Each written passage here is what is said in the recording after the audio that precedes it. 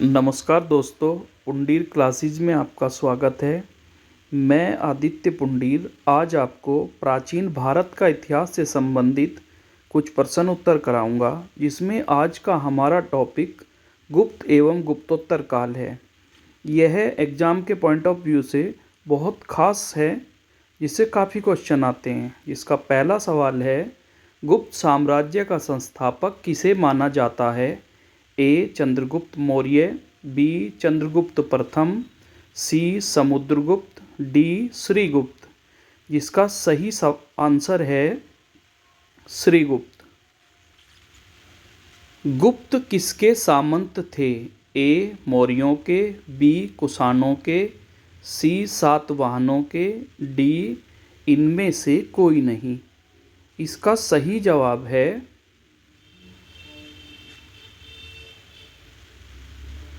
B कुषाणों के।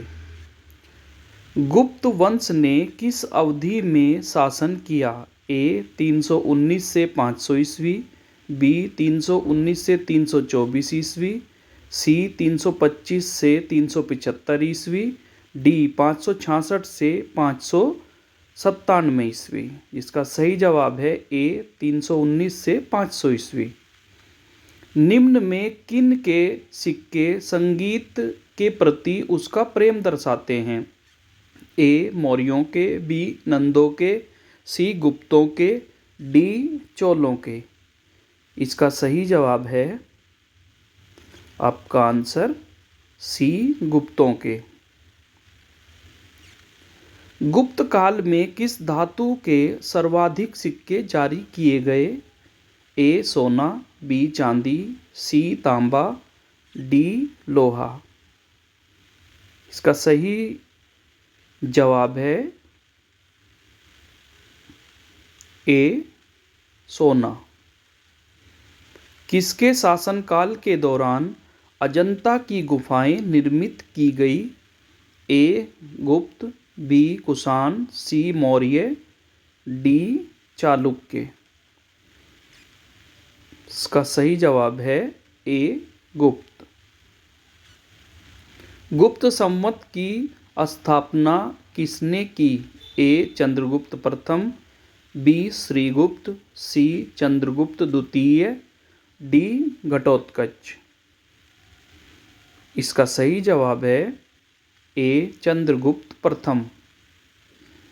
इतिहासकार V A Smith ने किसकी विजयों से प्रभावित होकर उसे भारत का नेपोलियन कहकर पुकारा है? ए स्कंदगुप्त को, बी चंद्रगुप्त को, सी ब्रह्मगुप्त को, डी समुद्रगुप्त को। इसका सही जवाब है डी समुद्रगुप्त को।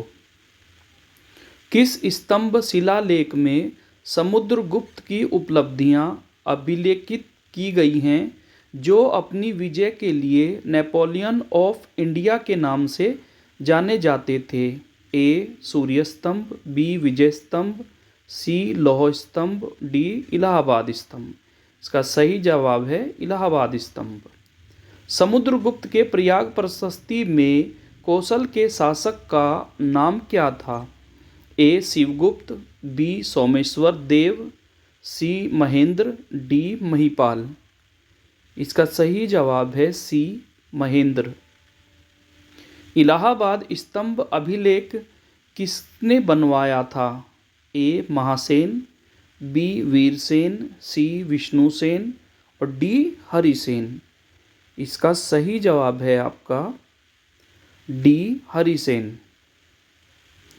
गुप्त राजा जिसने विक्रमादित्य की पदवी ग्रहण की थी वह था स्कंदगुप्त, बी समुद्रगुप्त, सी चंद्रगुप्त द्वितीय, डी कुमारगुप्त। इसका सही जवाब है आपका सी चंद्रगुप्त द्वितीय। मेहरौली जो दिल्ली में स्थित लौह स्तंभ का निर्माण किस सदी में हुआ? ए चतुर्थ सदी में, बी सप्तम सदी ईस्वी में, सी तृतीय सदी ईस्वी में, डी द्वितीय सदी में। ए चतुर्थ सदी ईस्वी में। रजत सिक्के जारी करने वाला प्रथम गुप्त शासक था? ए चंद्रगुप्त प्रथम, बी समुद्रगुप्त, सी चंद्रगुप्त द्वितीय, डी कुमारगुप्त। इसका सही जवाब है आपका सी चंद्रगुप्त द्वितीय। प्राचीन भारत में विख्यात चिकित्सक धन्वंतरि ने अपना परामर्श किसके दरबार में दिया था? ए समुद्रगुप्त, बी अशोक, सी चंद्रगुप्त द्वितीय, डी कनिष्क। इसका सही जवाब है सी चंद्रगुप्त द्वितीय। प्रसिद्ध चीनी यात्री फाहियान ने किसके शासनकाल में भारत की यात्रा की? ए चंद्रगुप्त प्रथम, बी चंद्रगुप्त द्वितीय, सी रामगुप्त, डी श्रीगुप्त। इसका सही जवाब है आपका बी चंद्रगुप्त द्वितीय। नालंदा विश्वविद्यालय की स्थापना कब और किसके द्वारा हुई? ए तृतीय शताब्दी में समुद्रगुप्त, बी चौथी शताब्दी में चंद्रगुप्त, पाँचवीं शताब्दी में कुमारगुप्त, डी सातवीं शताब्दी में चंद्रगुप्त। सही आंसर है पाँचवीं शताब्दी में कुमारगुप्त। किस अभिलेख से ज्ञात होता है कि स्कंदगुप्त ने हुनों को पराजित किया था? ए भीतरी स्तंभलेख से, बी इलाहाबाद स्तंभलेख से, सी मंदसौर अभिलेख से, डी उदयगिरी अभिलेख से। इसका सही जवाब है ए भीतरी स्तंभलेख से। तोरमान किस जातीय दल का था? ए सीथियन, बी हूण, सी यूची, डी शक। इसका सही जवाब है बी हूण। गुप्त शासकों की दरबारी भाषा क्या थी? ए पाली, बी प्राकृत, सी हिंदी, डी संस्कृत। इसका सही जवाब है डी संस्कृत। गुप्त काल में वराहमिहिर ने प्रसिद्ध पुस्तक वृहत संहिता की रचना की। यह किस विषय पर आधारित है? ए खगोल विज्ञान, बी शासन काल, सी चिकित्सा की आयुर्वेद पद्धति, डी अर्थशास्त्र। ए खगोल विज्ञान। लीलावती के लेखक थे? ए महावीराचार्य, बी हेमचंद्राचार्य, सी भास्कराचार्य और डी कालचक्राचार्य। इसका सही जवाब है भास्कराचार्य, सी। इनमें से कौन गुप्त काल में औषधि के क्षेत्र में अपने कार्यों के लिए जाने जाते हैं? ए सुश्रुत, बी सौमिला, सी शूद्रक, डी इनमें से कोई नहीं। इसका सही जवाब है ए सुश्रुत। रेशम बुनकरों की श्रेणी की जानकारी निम्नलिखित किस शिलालेख से मिलती है? ए दसपुर शिलालेख, बी प्रयाग प्रशस्ति, सी एरन शिलालेख, डी हाथी गुम्फा शिलालेख। इसका सही जवाब है भारतीय यात्रा में फाहियान ने एक अस्पताल का उल्लेख किया है। यह स्थित था ए उज्जैन में, बी कौशाम्बी, सी ताम्रलिप्ति, डी पाटलिपुत्र। इसका सही जवाब है आपका डी ऑप्शन पाटलिपुत्र। गुप्त स्वर्ण मुद्रा को क्या कहा जाता था? ए कासार्पण, बी दिनार, सी निष्क, डी स्वर्ण। इसका सही जवाब है आपका बी दिनार। गुप्तकालीन रजत मुद्राओं को नाम दिया गया था? ए कासार्पण, बी दिनार, सी रूपक, डी निष्क। इसका सही जवाब है आपका सी रूपक। निम्नलिखित में से कौन सा बंदरगाह गुप्त काल में उत्तर भारतीय व्यापार के लिए उपयोग किया जाता था? ए कल्याण, बी ताम्रलिप्ति, सी भड़ोच, डी काम्बे। इसका सही जवाब है बी ताम्रलिप्ति।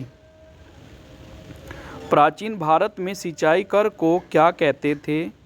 ए विदक भागम, बी हिरण्य, सी उद्रंग, डी उपरनिका। इसका सही जवाब है ए विदक भागम।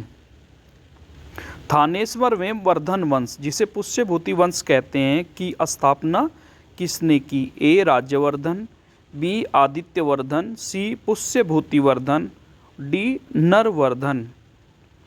इसका सही जवाब है सी पुष्यभूतिवर्धन। उत्तर गुप्त वंश के निम्नलिखित राजाओं में कौन हर्ष का समकालीन था? ए हर्षगुप्त, बी दामोदर गुप्त, सी माधव गुप्त, डी इनमें से कोई नहीं। इसका सही जवाब है सी माधव गुप्त। हर्ष एवं पुलकेशिन द्वितीय के मध्य हुए संघर्ष की जानकारी कहाँ से मिलती है? ए ऐहोल अभिलेख से, बी बंसखेड़ा लेख से, सी हाथी गुम्फा अभिलेख से और डी हवेनसांग के वर्णन से। इसका सही जवाब है ए ऐहोल अभिलेख से। हर्षवर्धन का समकालीन दक्षिण भारतीय शासक कौन था? ए कृष्णदेव राय, बी पुलकेशिन द्वितीय, सी मयूर वर्मा, डी चिक्कादेवराज वोडेयार। इसका सही जवाब है आपका बी पुलकेशिन द्वितीय।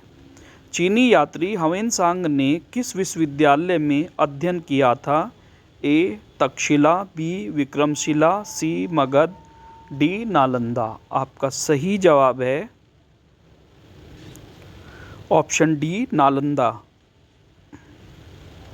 हर्षचरित्र कन्नौज के शासक हर्षवर्धन की जीवनी है जो उनके दरबारी कवि द्वारा संस्कृत में रचित है। ए कंबन, बी जिनसेन, सी बाणभट्ट, डी दंडी। इसका सही जवाब है आपका ऑप्शन नंबर सी बाणभट्ट। निम्नलिखित में से कौन सा उपवाक्य उत्तर हर्षकालीन स्रोतों में प्राय उल्लेखित हुंडी के स्वरूप की परिभाषा बताता है? ए राजा द्वारा अपने अधीनस्थों को दिया गया परामर्श, बी प्रतिदिन का लेखा जोखा अंकित करने वाली बही, सी विनिमय पत्र और डी सामंत द्वारा अपने अधीनस्थों को दिया गया आदेश।